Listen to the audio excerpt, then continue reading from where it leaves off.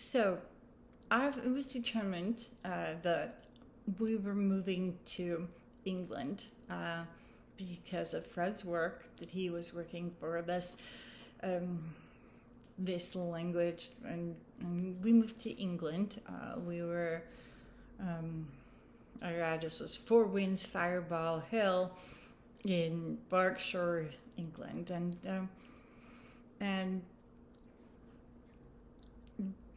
we were sent, Candace and I were sent to a boarding school. The school was called TASIS, and that stood for the American School in Switzerland, which was where it started, but we were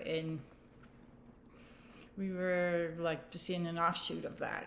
And it was actually an international school. I mean, the student body was made up of people from extreme wealth, like all over the world, and it was kind of pretty cool. Starting over, I didn't know anyone.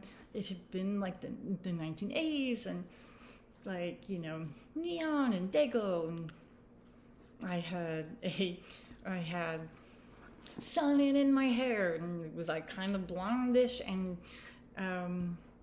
I had like a deep tan, and I had a spiral perm. That was like the big thing in the 80s. And we moved to England, and it was not the thing. It was so uncool, and the style was everybody wore black, everybody had pale skin, not blonde, like think of all the 1980s movies that John, like Lucas, I like this, this hair. Not cool. And so, that was mortifying. And so, that began a period where, because we had to bus in so far to the school, and everybody kind of did, and then we had to do sports. It was required, and then we arrived so late back at the house that we weren't around. I don't really know. I mean, we brought the nanny with us. She was from England, and she lived in and did tons of care with the kids and my younger siblings. And I didn't see a lot of Fred during those times. I mean, maybe he was doing like the trips opposite. I don't really. I know he like spent a lot of time like in the garden. We have these huge rhododendron bushes that were like 2 stories, and I'm not really. But we did go to church. And I don't know I don't think he had a calling then, but we were like in England. If I thought we were standing out and kind of prominent in Salt Lake City with the background, it was so much worse in England, because we were a huge family. Like nobody has families that size.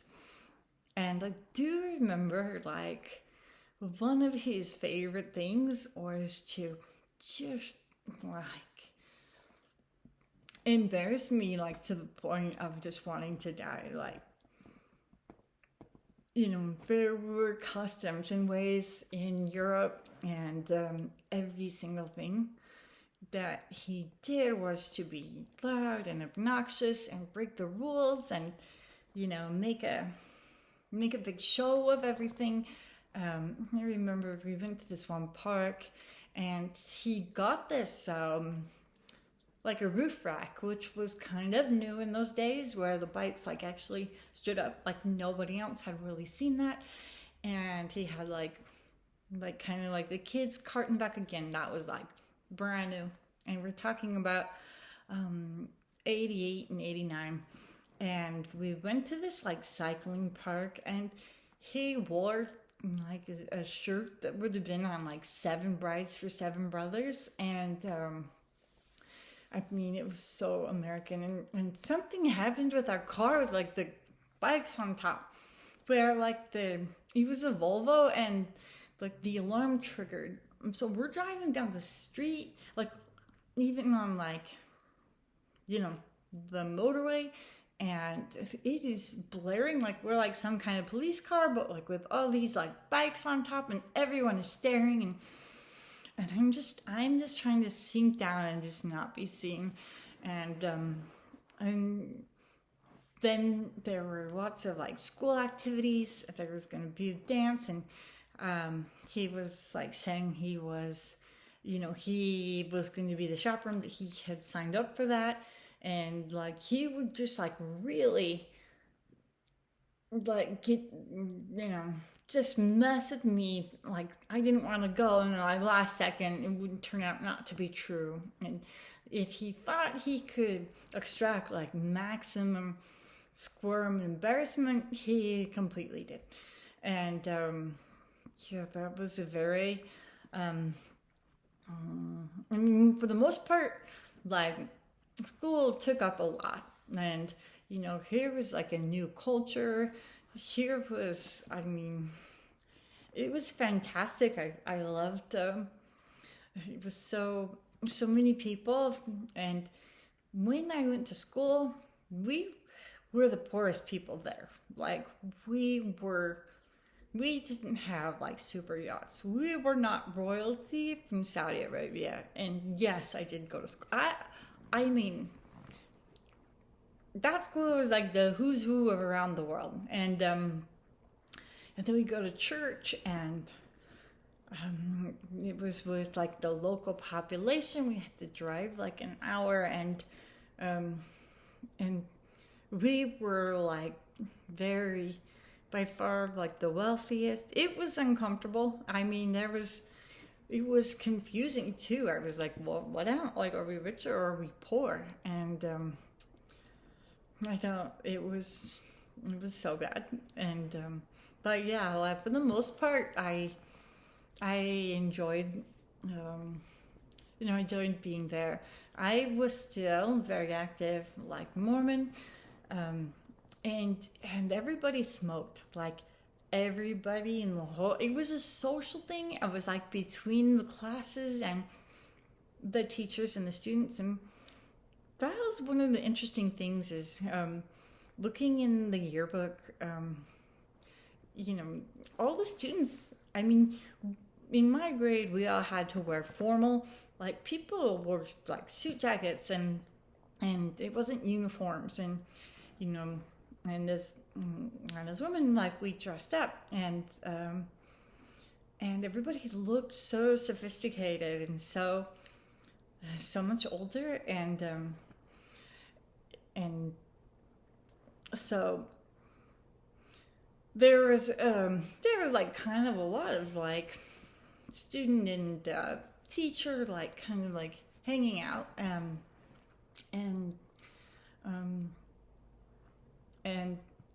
it was really interesting. But like smoking, like that was like what everything like circled around, and I just wanted to fit in. I just wanted to like not stand out. I am so shy. Like it really got worse those years in Salt Lake City, where I was like the target of everybody making so much fun about everything about me, like specifically my parents. Like I was, told I was like stupid, and that I was, a million things. I was not the smart kid, and I was not like the tall kid. I wasn't the beautiful kid. I'm the shortest in my family.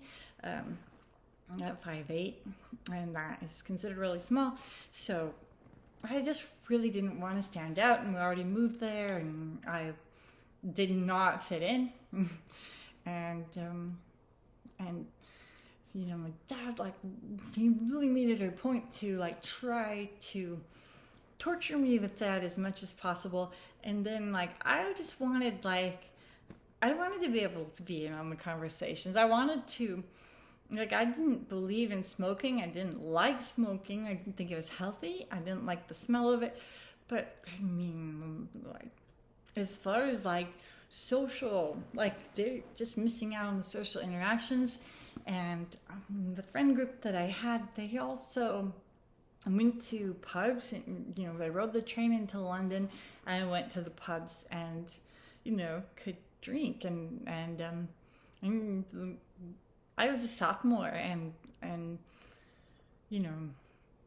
I didn't turn 16 till May. So these are like 15-year-olds, like, able to go, into London, in the city, and I was missing out on that social interaction too. And so there was a time I was like struggling with it. I think my parents came in one night, and I was I think I was like